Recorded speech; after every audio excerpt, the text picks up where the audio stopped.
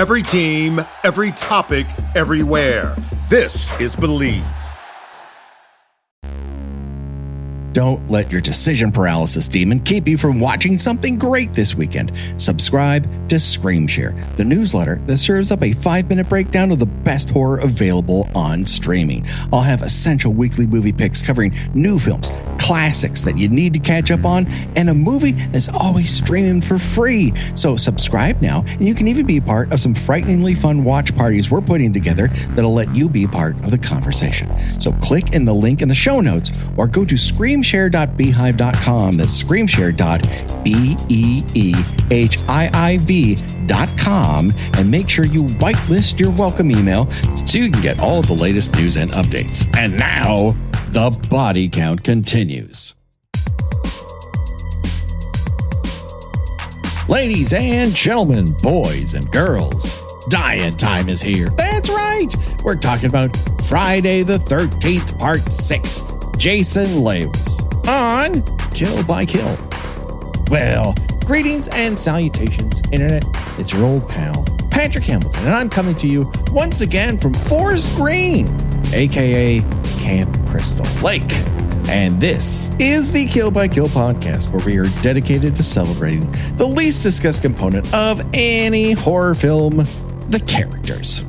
We will be unpacking all the gory details of Friday the 13th, Part 6, Jason Lives, with the hopes that a camper's untimely end is just the beginning of the jokes we can make about them. And as always, the only person that I trust to give me the true meaning of Native American trail markers, the one and only Gina Radcliffe. How you doing, Gina? I'm good, Patrick. I watched our clip that we're reviewing this evening, and I gotta say, this is a much more economical. I mean, Jason's been using the Pomodoro technique. He's really just taking out as many people as he possibly can with an efficiency that is really impressive and a little enviable. There's something about sitting in your own desiccated husk that makes you more efficient in the afterlife, perhaps. He has got his shit together. I mean, he's just moving back and forth through those trees, and just you taking out 2 or 3 or even 4 people at once. It's really a sight to see. For the Voorhees family, I think he might be the crown jewel at this point. It only took being dying and then coming back, and then dying and then coming back to make it happen. But, you know, third time's the charm. What the heck? Well, folks, we're not alone, thank goodness, for this particular section of the movie. No. I'm so thrilled to have this guest on. He's a comedian and host of My Neighbors Are Dead. It's the one and only Adam Peacock. How you doing, sir? I'm very well, Patrick. How are you? I'm excellent today. I'm so happy you're here. Great. Oh, I'm thrilled to be here. Thank you both for having me on. It's our pleasure. You know, when I was alerted to your podcast's existence, I became fearful. The fear was unfounded, but here was my fear nonetheless. My fear was we were doing the same podcast. It turns out, I believe that we are orbiting the same planet from completely different satellites. Why don't you describe to our listeners who might not have gotten a chance to listen to yours yet what you guys do over there? Well, on My Neighbors Are Dead, we get a chance to, instead of bringing the actual murder victims you get to see on there, we bring you people who you might not get a chance to get to talk to, like the neighbor of the Myers house who had to live next door to all that stuff that was going on and never really got to tell their tale. So we get to explore, their side of the story and get to hear how all that stuff affected them. Now, on your episode for Friday the 13th, you had on 2 comedians who took on the guise of counselors from a religious camp across the lake. Yep. Yes, Susan and Rachel. Yeah, the boys. Yeah, a very religious camp across the lake. Extremely religious. They had real problems with anything happening inside their pants or anyone else's pants. Yeah. They just can't get enough of the Lord across the camp over there. Just can't get enough of him. I love your podcast, and I thought I have to have this person on. They were brutal. They thought everybody deserved it. And of the people that we're going to talk about today, I feel there's only really one person who deserves what they get in this episode of what we're going to talk about today. Unlike some Friday the 13th, where it's we're doing it again. Part 5 presents almost exclusively a whole host of people that you want dead, regardless of whether or not any sort of Jason variant appears on screen. Yeah, absolutely. Here, not so much. We generally enjoy these people, although the characters we'll be discussing today, for the most part, are ever so briefly on screen. Pretty much they exist for maybe 3 or 4 minutes. Yeah, it's very strange. And for almost no reason at all. It almost feels, and I might be proven wrong by reality here, but I'm just going to postulate something. It feels and looks like this was a pickup sequence. This does not look like the Georgia woods that we're presented with for the rest of the film. It was filmed in Georgia, and there's a very specific look to it. Whereas once we get to the deaths we'll be discussing here, it appears to be taking place in the Hollywood or Malibu hills. Everything is drier. Everything is bushier, and it doesn't quite look like the rest of the movie. I'm wondering if Paramount asked them to up the body count, per se. I was going to say that they got back from the screeners, and it's in big letters. It needs more kills. Yeah, get rid of Fat Jason. And we just learned this last episode, that the Jason in the paintball sequence was one particular stuntman who was replaced because Paramount felt that he looked too husky. Come on, is that real? He just had a little too much water weight for someone who had just been risen from the dead as a skeleton. That poor guy. Can you imagine? I got let go from Friday the 13th because I'm too fat. They don't even see my face or anything. anything. I can't even see it. Yeah. Here's the one thing about a hockey mask. It's not good at covering up a double chin. Little did we know? That is very true. Yeah, that's very true. So like we always do here on Kill by Kill, we like to give you a quick body count to let you know who's still left alive at this point in the movie. And we're going to start off with Tommy Jarvis 3.0, whose plan to stop his hallucinations by lighting a corpse on fire failed so spectacularly that it boggles the mind he isn't a Trump relative. And now we have Megan Garris. Now she's the lead counselor at the camp, and she's also a board certified 80s girlfriend. Yeah, yes. You can check for the union seal and everything. We also have her father, Sheriff Garris, and he has 2 modes, shouting and extra shouting. He's got a great catchphrase too. I had never heard this before, and I don't know if you guys caught this, or I had never heard a police officer say turn on the lights and sirens by saying hit the noise in the cherries. And the cherries. Yes. And yeah. the cherries. I had never heard that before. Yeah, I was thinking, it's like, did they make that up as some sort of like cop speak? I mean, probably not, but it's probably some small town thing. But it's like, can't you just say hit the lights? Yeah. All the other cops grounds you in the world. All the other cops like, oh, just go with it. He's the chief. We got to do what he says. Yeah, he had one ride along with a local yokel, and he picked up this stuff, and now we're all going to have to suffer through it. And then we have his cohort on duty. That's Deputy Thornton. And he's the kind of guy who, I promise you, has mail ordered way worse things than a laser pistol scope. I promise you. His house is probably like half cardboard furniture and half dungeon. He's real Ed Gein. Yeah. It's entirely possible. He's projecting the type, and I'm picking up on the vibes. Now let's move over to our camp counselors, and we're going to start with Sissy. Now, she is a camp counselor who may be building an extra head on top of her own head, comprised solely of hair. It's kind of a medical experiment.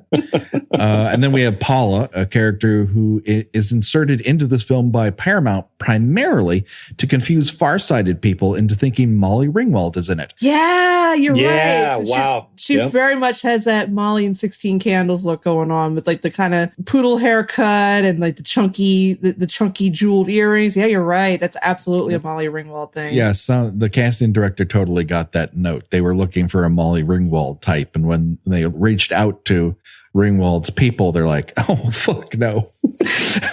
We're making real movies in Chicago. I don't have time for this shit. And they're like, oh, find someone who looks almost exactly like her, but not. And that leaves us, of course, with Court, And fun fact.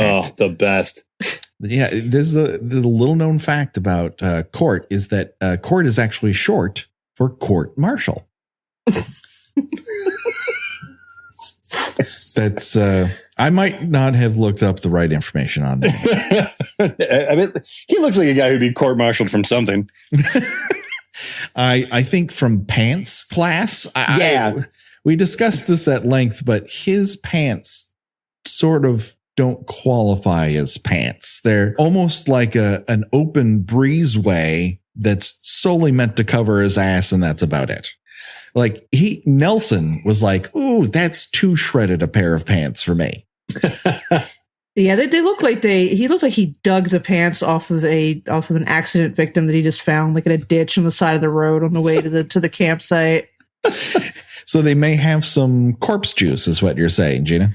I think they might be covered in a little corpse juice. And I have to tell you, I'm looking at the wiki. For whatever reason, Court is supposed to be short for Carter. Because, of course, his real name is given as Carter James Andrews. And they're going with Court. Court. And they Carter. Do. And Patrick, I know I said that that this isn't as extensive as wikis for past movies. Mm-hmm. They do mention that he has parents. No. Would you like to take a wild guess what his parents' names are? Well, Mr. and Mrs. Anderson or Andrews. Now he's also listed as having siblings, which does he ever mention having siblings? I don't think he does. No, not to my knowledge. No. Does he has a younger sister named Kara and a brother named David, which is apparently just completely made up by the person that did this wiki page. To flesh out this character. That's a deep character Bible on Court, man. They really bet the farm on this guy. Yeah, they don't list anything else about his life or anything. They just decided to give him these made from whole cloth siblings. Well, what more do we need to know about his life? He is a bit of an open book in the sense that I can see so many openings in his book in the clothes that he wears. and he's clearly a music lover, as evidenced by the headphones that never leave his body. I'm pretty sure not even during sex, which is a little weird, but I guess that's the 80s for you. Is it? I mean, I'll grant you. I personally don't have a ton of experience of having sex in the 80s. There's at least one other movie I could think of right off the top of my head where someone keeps their headphones on during sex, and that is The Terminator. Well, and Gina, isn't it true? Doesn't his love of music is really pronounced because isn't when he's driving that motorhome super fast and his girlfriend's begging him to slow down, he shouts out, "I want to rock." Yes, he has the music so loud that he cannot hear his girlfriend, kind of, I guess, her face being slammed so hard into the side of the RV that her face presses through. What kind of material is that? Well, we're jumping ahead, but it's like a heavy duty plastic. That's how loud he has his music. This guy's a piece of shit. You presumably it's something like Scritti Politti or something very, very 80s, catching up with Depeche Mode. I can't remember what it is. I don't believe it is The Man Behind the Mask, the Alice Cooper song that. No, I think that's only during the end credits. Oh. So that's the bit of plot rock for. We're going to have to do an in-depth analysis of The Man Behind the Mask at some point. Yes, we owe Alice Cooper's many fan that. That's not true. We're going to get letters for that. It is a joke. He's a hell of a golfer, though.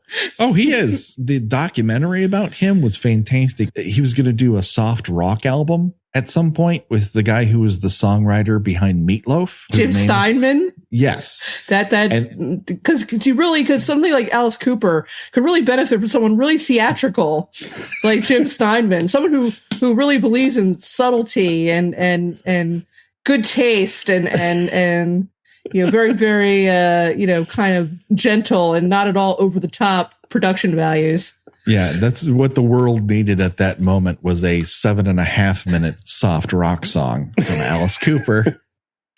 But they were unable to complete it because they were both whacked out of their minds on cocaine. So we'll never have that. Oh, it's the best. Yeah. Isn't Well, when cocaine else the would best? you? What other circumstances would you make a collaborative album between Alice Cooper and Jim Steinman when you're not both completely, constantly fucking high on cocaine? No, if I were an album executive and I had learned that they were not on cocaine, I would ship some cocaine to them because that could only help. Cocaine and a blank check. Just backing up a garbage truck full of money. So let's get into it where we stopped, which is the all the deaths connected to the paintball sequence.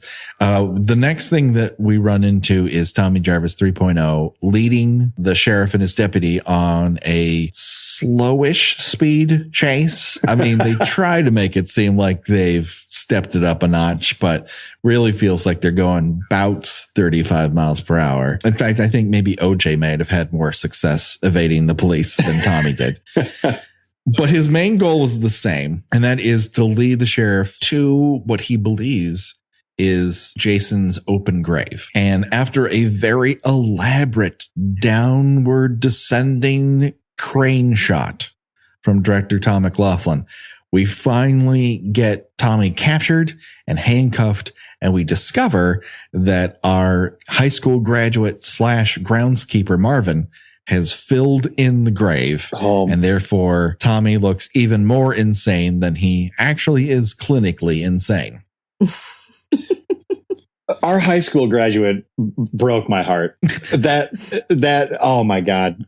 Just he called, what does he think? I'm a fart head? Have you ever heard that colloquialism? Never before. I've never heard anybody call themselves or anyone else a fart head. That sounds like what they would use to replace a swear word when they put a movie onto television. Mm-hmm. Like when the one famous one that actually just infuriated me was at the end of Kill Bill 2, when they have Bill saying, "You're not a bad person, you're my favorite person, but sometimes you could be a real sorehead."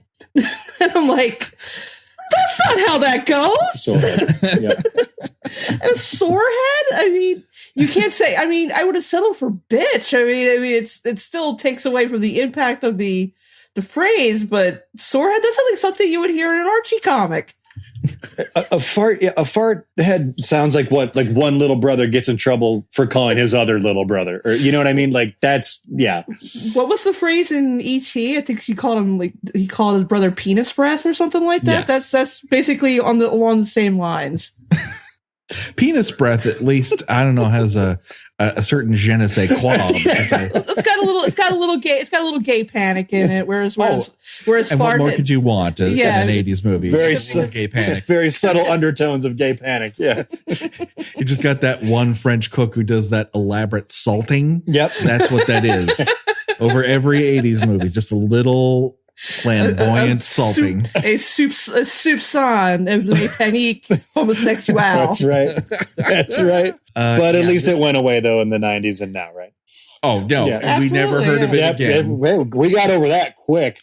Everyone woke up super fast as soon as our calendars switched over to 9. Thank God. Yeah.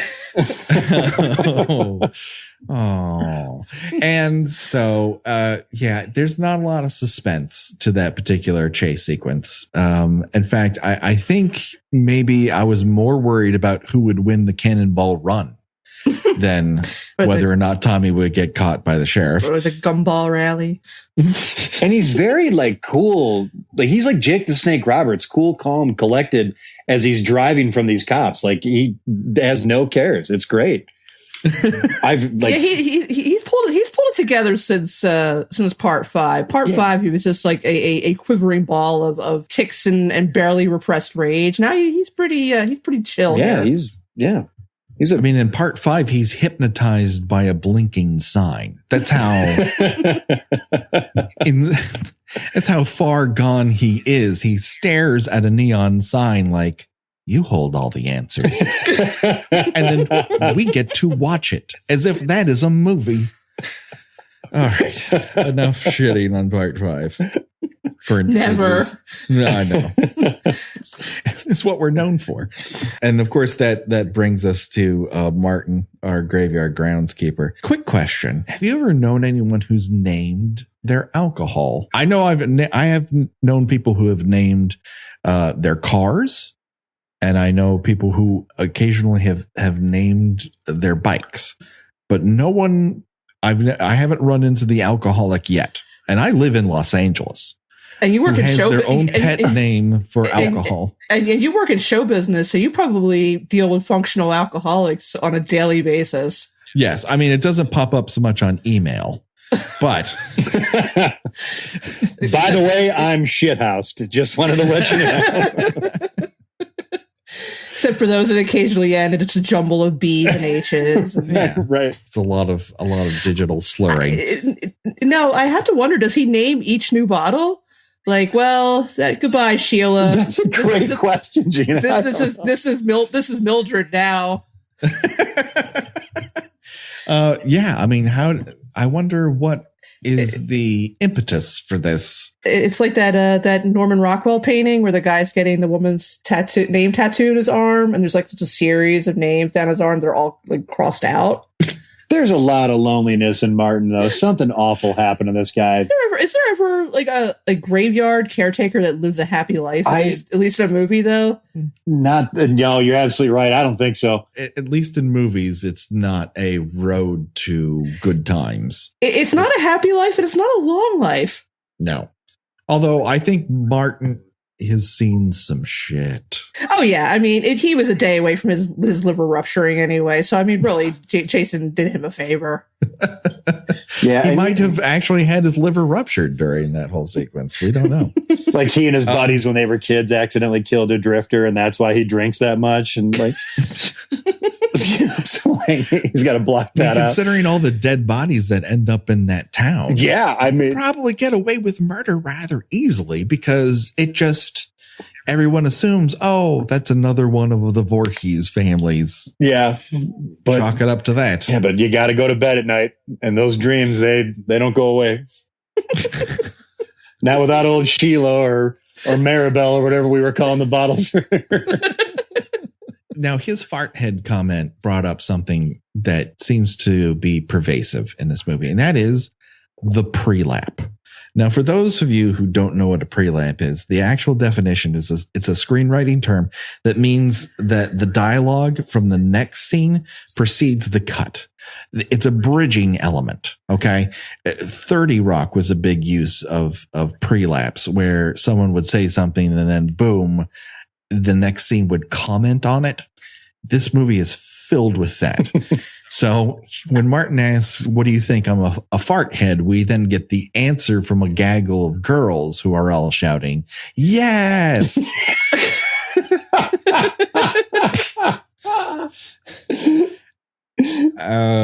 And I don't know how I feel about it. This is probably the campiest sequence, no pun intended. There's a lot. There's a lot of winking at the audience in this. I mean, right down to Martin looking at the bottle and saying, "Yep, you're going to be the death of me." Oh my God, Gina! Yes, I wrote it down. I have it in my notes. Yes. What is you're going to be the death of me? But what a way to go!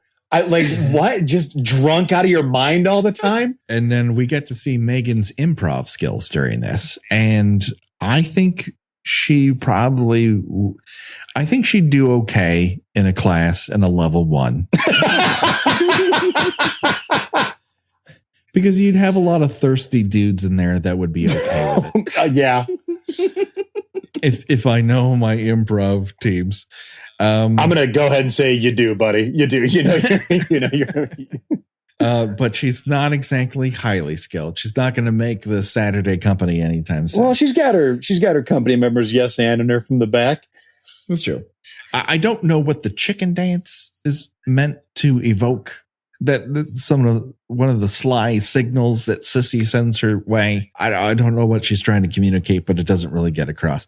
We then learn through Sissy and Paula having a bit of a conversation. Paula asks where Court is, and Sissy responds, "Oh, he's participating in my favorite sport."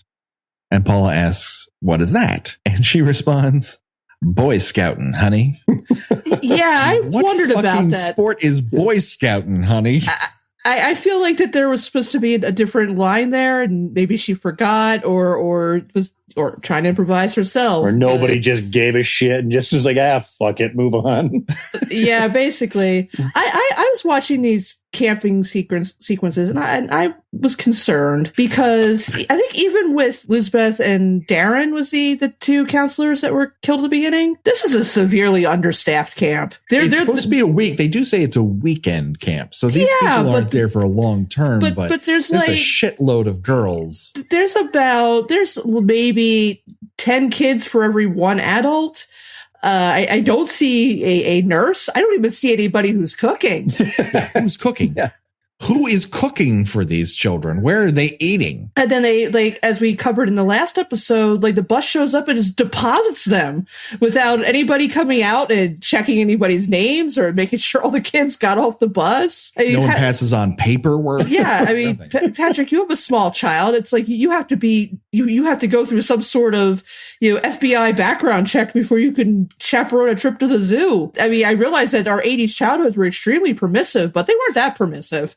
Apparently they are in forest grade. This is where parental guidance goes to die, along with a lot of camp counselors. Let's get into Court's explanation of Indian trail markers. Oh, they're just so sensitive and so just respectful to the Native American people. Hey, at least they didn't have some sort of low pipe pan flutes in the background while he's explaining this. I mean, there are no tomahawk chops, and no one adopts a mohawk. Oh God! No one smacks their mouth by going woo, woo, woo, woo. Yeah. Yeah, it avoids some of the Peter Pan pitfalls. That being said, it does manage to both be insanely racist and misogynist at the same time, almost as if he is ahead of his time or actually perfect in his time. I can't decide which. As a Boy Scout myself, have I said that I was the third youngest Eagle Scout in all of California history at the time that I earned the rank, Gina? I think you have mentioned that before, but it's relevant to mention again. Wow, that's very impressive. It is impressive until you understand that the reason I did it was to get the fuck out of Boy Scouting. Oh, okay. It was the only way out. The only way out was through. And so I just sped through. No girls wanted to talk to me. So I just ran through all the merit badges that I needed to get. And then lo and behold, zim, zam, zim. I don't have to do that shit anymore. But I did learn how to do trail markers. And orienteering was like one of the few merit badges I actually enjoyed participating in. And I don't know that it was explained to me as a way for sons to meet up with their fathers so they can learn how to kill a buffalo or whatever fucking shit they want to do, which is how Court delivers that particular line. As beautifully culturally sensitive. Whatever fucking shit they want to do. Whatever they're into is another one that he lobs off. I as far as I'm aware, it was never presented to me as a way to get around child raising or avoiding your ex-wife. Missed that part of the. Did you really get complete training in earning that merit badge? I think you may have found it lacking somewhere. It's entirely possible. I mean, there were a counselor to every 7 or 8 of us, so it was more densely packed. Maybe I just got a loser. Who's to say? When I taught sailing, I should not have been teaching sailing to anybody. I, in fact, knew how to sail, but that didn't mean that I should have taken small kids out on a lake and acted as some sort of authority figure in how to sail. And yet all those kids lived. So there we go. Did they just bus a bunch of kids to you and not even they drop them off and like, we'll be back in 6 hours? Your parents? No, there was a lot more to it. There was paperwork passed. Oh, okay, so that's much better. Okay, great. So this, that's good. what I expected, rather than just driving up with a bus full of 30 children and say, all right, get the fuck off. And that's only 2 years later. That was 1988. So who's to say? Maybe, this led to some sort of summer camp reform. Maybe some good came of this. Yeah. I'd like to see a movie with the parents of this movie's kids, like not knowing where their kids are for like 48 hours.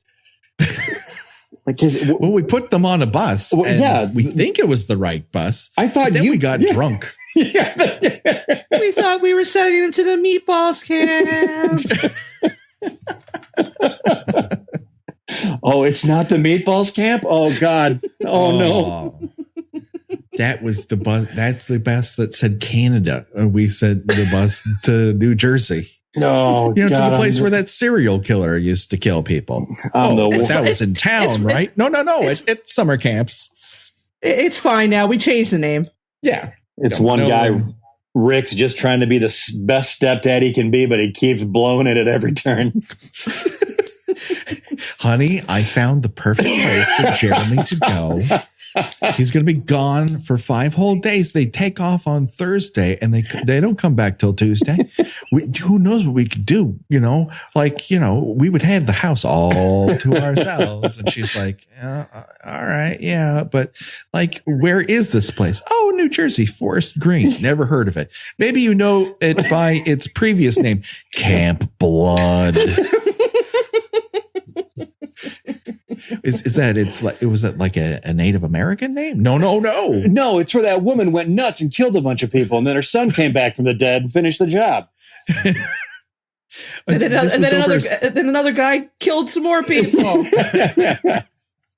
But he was an ambulance driver. He was completely disconnected to it, but he did have a lot of news articles about it.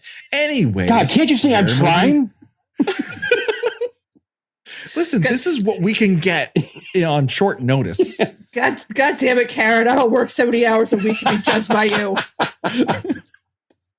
You said to be spontaneous. You said to be involved in his life, and I don't want to be involved in his life, but I can get him out of our life for 5 days. Maybe you were right. This was more work than I thought it was going to be. I'm going to go to my sister's in Tulsa for a couple of days. I'll call you. And then she's just alone for the weekend. And still doesn't know where her kid is. No, he got on the bus anyways. I mean, that still happened. Oh, boy. Kill. Break.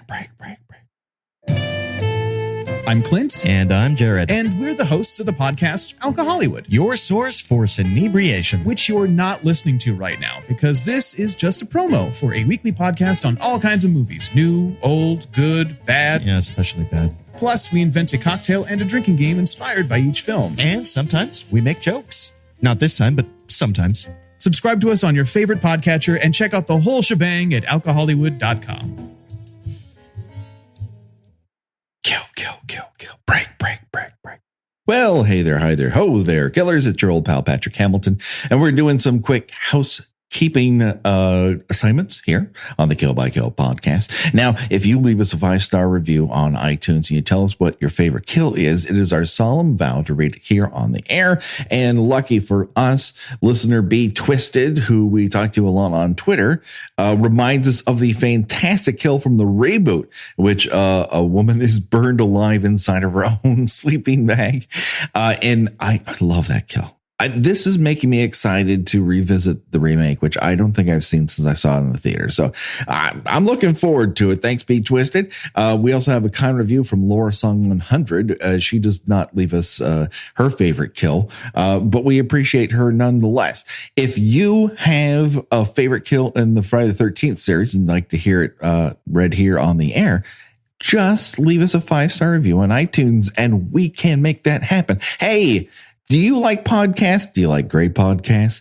Why don't you head to patreon.com/eartrumpet and you can help support all of the Ear Trumpet family and our podcast. Now, we will be offering some special things for Patreons. We haven't exactly determined what those are yet, but they will be coming in a few weeks. We'll probably announce them around anniversary time. And I think you're going to be really happy with them. We sure appreciate all of your support, whether or not that you donate or you don't, that you listen is enough for us. Thanks ever so much. And now the body count continues. Kill. Break. So we next meet up with Martin in the middle of the night. We switch back and forth between Martin and a couple named Stephen and Annette, but we will get to them because we should give them their due on their own time. But let's finish up with Martin. He's wandering through the forest, which, as we've said before, is lit up like a Hollywood premieres behind every single bush. So you can see, and there's nothing scarier than being able to see everything in a forest at night. And he's wandering along, and we get a selection from Martin's latest album, the Public Domain American Songbook. And I think this is where Kathleen comes along, because he does say Kathleen in the song. But we get him lamenting that he's run out of alcohol. There's two things that happen here. One is that he is distracted by a rolling rock. Yeah, it just kind of rolls into the frame like a hubcap off a car just crashed. He sure is distracted by a rock. Now, I'll say, if a rock came out of nowhere next to me, I would go, huh. But he examines it like it might be the solution to all of his problems. What? And it actually might be. Yeah, it could be, yeah. And the way they set it up too, it's shot in such a way that like it almost looks like it could be a head, where like it's like maybe Jason's messing with him a little bit, but like it's just a fucking rock. Like you're in the woods. But this was a character who, up until this very point, let's take Roy from part 5 out of the equation. He has been able to jump up and down second story houses. He's been able to be just around the corner when you don't expect it. The one sort of tactic we've never seen Jason take on is distracted drunk with a rolling rock. Up until this particular moment. But it works. And then again, Martin then, laments his lack of alcohol and decides to toss his bottle into the air. And we never hear it crash and he really tossed it. That was quite a lob. We are now to believe that Jason Voorhees is some sort of Harlem Globetrotter who at the half court has leapt up, grabbed this glass and come back down with it silently. He then breaks it in his hands and stabs Martin in the throat with it, the chesticle. Right. We're not really sure. Yeah. We don't get a clear shot of it. Now, there's a pretty grody shot where he's laying on the ground and like the blood's like pouring out of the neck of the bottle. That was kind of gross. His eyes are all wide open and too. Yeah, I felt bad for Martin. He didn't deserve to go that way. He should have died in his sleep of late stage cirrhosis, like God intended him to. Yeah, he just should have leave him alone. Maybe that's why he's a drunk. Maybe he was a baseball pitcher and then he had to have Tommy Johns and then his career just went into shitter, and that's why he's so good at throwing that bottle up in the air. Yeah, R.I.P.D. Martin. Yeah. You're gone, and you will probably be missed by the guy who runs that cemetery, because now he's got to hire a whole new high school graduate. A whole new high school graduate. Yeah, I don't know. I mean, there don't seem to be any actual young people living in that town. They're all like imported from other towns. That's right. Yeah. Well, a lot of them are in that cemetery at this point. That is true. Most of them are dead. So that brings us now to Stephen and Annette. Now, this is a couple, and we're introduced to them in media res. Annette is holding up her hand and admiring a ring. And she's like, oh, it's beautiful. So we get a lot of, we're being asked a lot. Like we assume that he's asked her to marry her in the forest in the middle of the night. on the site of where multiple people were horrendously murdered. That again plays into what I mentioned the last episode about how the characters seem to be treating the events of the first 5 movies like they happened a generation ago. It doesn't really make much sense, but they're, like with the whole, this is a legend our parents told us about. And now it's like, yeah, I'm going to propose to my girlfriend, right in the middle of the woods where this horrifying series of murders took place sometime within the past 10 years. When he was describing how he was going to ask Annette to marry him to his friends or family, none of them said, oh, don't do it on a picnic blanket in the middle of fuck all. Like, take her out to dinner or something. Yeah. This is not romantic. Light a candle. Something.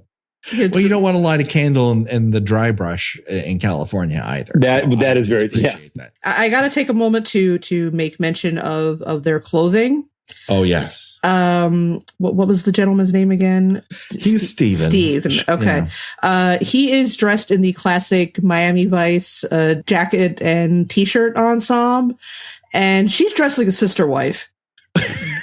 I have a couple. Gina. I totally get you with the Miami Vice of his outfit. I have a couple other descriptions I wanted to sail past you guys. Let's see. Steven is dressed like Gene Simmons' stand-in during the filming of Runaway. Wow, that is deep cut. Deep cut. Wow. Steven is dressed like a mime trying to get a loan from a bank.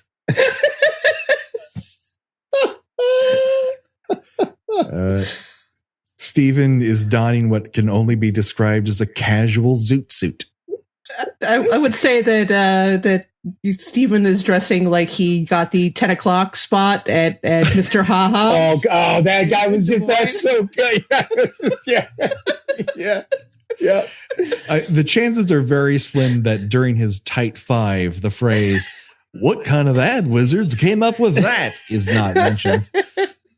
That's probably deep in that tight 5, getting ready for his spot on Leno. He's dressed like the little brother of the guy the Terminator stole the clothes from in T2 because he wants to look like his older brother. He is donning white Reeboks. That is true to form. That is true. Yep. People did dress like this. And then there's Annette. Yeah, I believe sister wife is probably the best way to describe it. I wrote down that Annette has layered her decorative lead shield smock that she stole from an X-ray technician with a sweatshirt underneath. There's some. I feel there might be some magic underwear going on under that outfit. Oh yeah. Well, there's a very deep V on that, and as a person who I am the only authority, I believe, in this group that actually donned magic underwear at any given point. I don't know that I would have been able to pull off her outfit for a number of reasons. Floral patterns really aren't your style, Patrick. I mean, I gotta say, I've never seen you in the flesh, but going by pictures, you're not a floral patterns type of person. I'm a solids. Yeah. I say give it a shot, man. It's summer's coming, buddy. That's true. We might not be around for long. Why not let loose and see what happens? Who knows, man? Yeah. Get yourself a nice floral romper. A rompim? Is that what they're called? Rompins? Is that what it is? The male romper? That was the joke from at the time of this taping, maybe 5 days ago, and it feels like a fucking eternity. I kind of want one. I don't know why. That outfit just defies rational thought. I mean, it is literally a crime both of fashion and nature itself. I don't understand it. It's cinched in a place that it shouldn't be cinched, and blousy in places that seem like they should be blousy, but it more looks like she's wearing a decorative sombrero. Oh my God, that's funny. You know who they across her torso. You know who they looked like? They looked like a couple, like when we were in like 10th or 11th grade, where like one guy from a group of friends got together with a girl from a very different group of friends and nobody saw it coming. And it lasted for like 6 months. Like that's what this looked like to me. You know, it was just very bizarre. They don't seem to have a lot in common other than the fact that she wants to bone, but he gives a lot of excuses. Oh, he gives a laundry list of excuses. Yeah, I couldn't follow what was going on there. And then I realized, oh, it's some sort of weird foreplay shit. Okay. The difference between this scene and what happened earlier in the film with Darren and Elizabeth is that, you know, those two were played by actors who were good, I guess. And these two aren't as much. I mean, Tony Goldwyn obviously went on to a much bigger career, and it seems like the director's wife knows what she's doing. It's a good thing that she was cast. But these two, I can't remember ever seeing them before this movie or ever seeing them after. And if this section was on their reel, I know why. Well, Gina, I wrote down 2 reasons why he didn't want to have sex. He didn't want to have sex because he'd been working out and it was a messy job. That's what you wanted. That's what you wanted. A messy job. I don't know what that means, but it's the height of romance is what it is. You're just a real pig. I don't think I want to have sex with you out in the woods. You know, on this crusty blanket. This little dirty blanket I found. Whenever our private parts touch, you know, things happen that are untoward. It's grossness. Yeah. I'm Steven. Okay. It makes me think that they're both virgins and they don't understand how sex works. Which would possibly bring me back to my theory that they are Mormons. There you go. Yeah. Maybe she's escaped a cult and this is their first time in reality. Or maybe he just needs to hear the theme from Miami Vice in order to maintain erection. Who knows? But when he agrees to it, I mean, he goes right in and like he is immediately trying to take the top part of her sister wife dress off, like immediately trying to go for it. Yeah, he's going full Pepe Le Pew. Absolutely. He changes his mind. Excuse me, I'm going to go back in time and write that down that he looks like Pepe Le Pew. Also looking for a bank loan.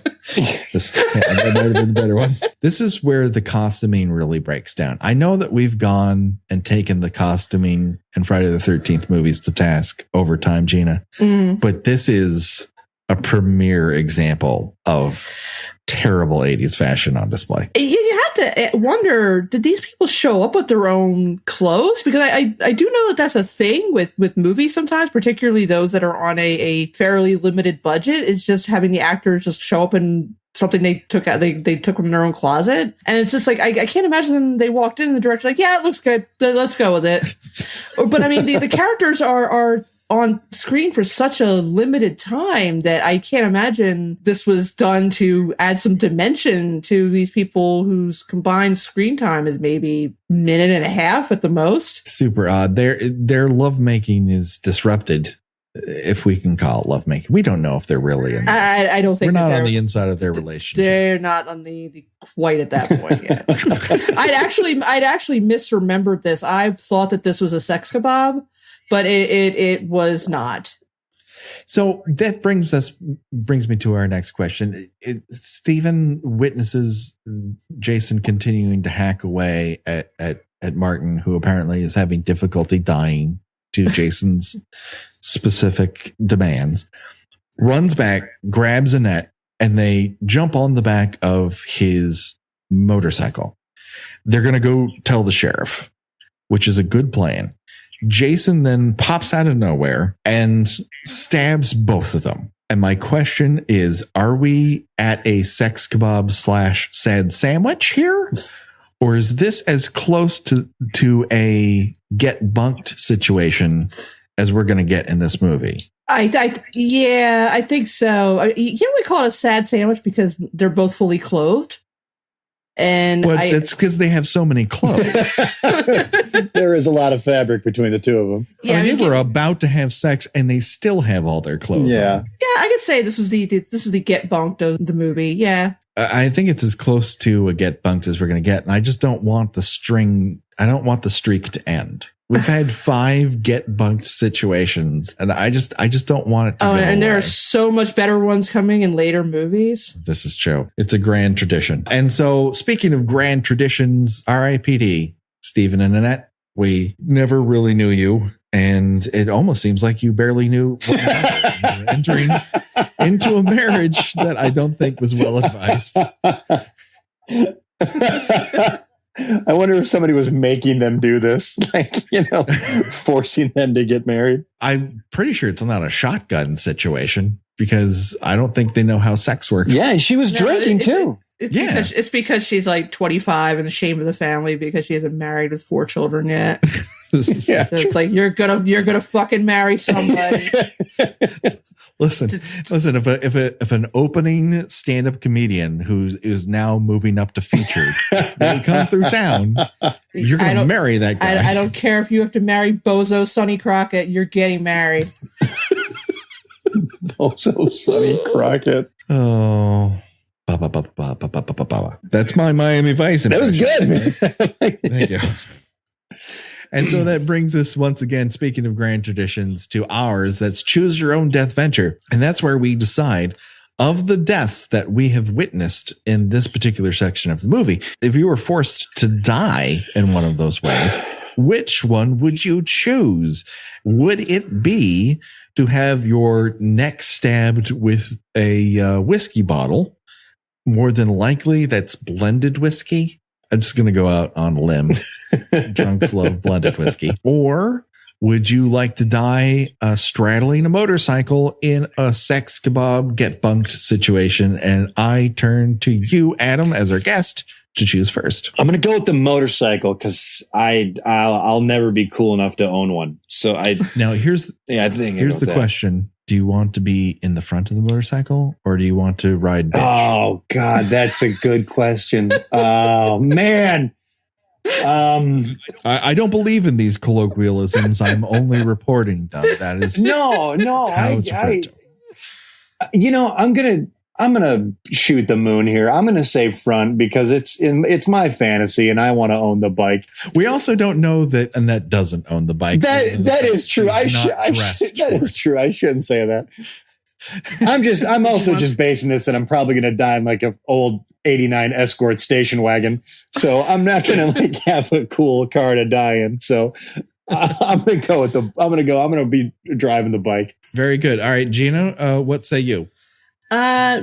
Because I know it is my destiny if I should end up in a horror movie to be the comic relief, I have got to go with our good friend, the very proud high school graduate and the finest graveyard groundskeeper Forest Green has ever seen. I'm going to go out like Martin. Okay. Hopefully drunk off my ass. I hope that when the time comes, I am just in a liquor-soaked stupor and can't even see it coming. Yeah, actually, that's better. You probably don't even feel anything, right? No, I imagine not. Your blood is probably mostly 90% scotch at that point, so it's just going to pour right out of you. I'm surprised he doesn't have a straw and he's not like just sucking it back in on reflex. Keep in mind, though, Gina. Keep in mind, though, Gina, you're going to have to start naming all your alcohol. That's okay. I name inanimate objects. I name my computer. I just, it's a habit. Okay. I'm fine with that. I think I'm going to go with Stephen and Annette's sex kebab on the motorcycle. Just pretty much because I think it would be fast, and then I would go out with proof that I touched a woman. But you didn't. I mean, what if you both were still like? I mean, not that there's any way they can medically prove whether or not a young gentleman is still a virgin or not when he is deceased. But I mean, like, isn't it sadder though that if you didn't get to that point, you died immediately beforehand? I think that depends on the sex they were about to have. And this is judging them purely on sight and sound and how many clothes she has on. But I'm going to go out on a limb and say, well, I mean, he made out okay. I mean, the only info we have is that it was going to be messy. Yes. So I don't know if that's good or bad or what, you know. He may have some sort of lawn sprinkler type of ejaculate. I don't really know how it works for him. Annette, before we do this, we should talk. I need you to sign a waiver. If you're going to be here, you're in the splash zone. Just warning. Here's your tarp. Is she about to have sex with Gallagher? Yeah. I mean, she's having sex with a guy who almost opened for Gallagher. That is true. On the county fair circuit. Exactly. I'm sorry.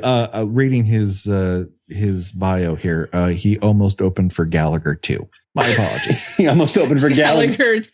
Gallagher TOO. He almost opened for Gallagher too, and he ejaculates like he's a blue man.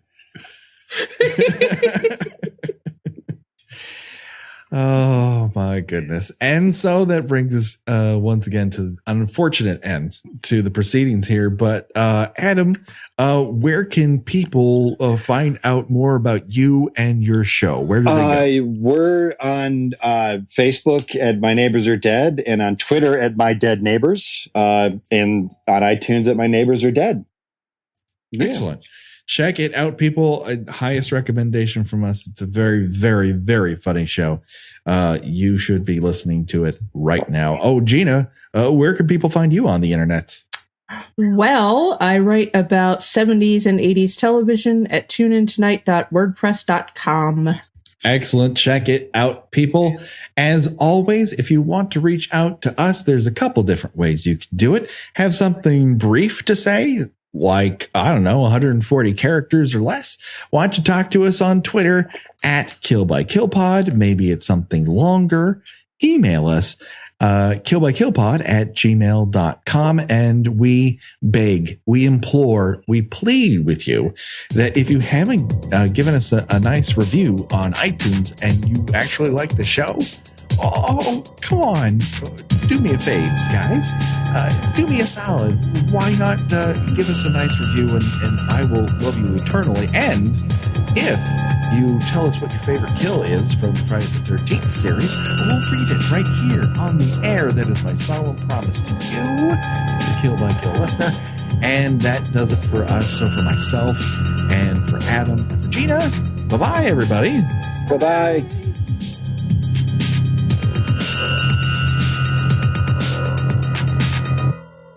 They're all gonna laugh at you. If you like the show, please take a moment to rate, review, and subscribe. It really does help the show to grow. Thank you for listening.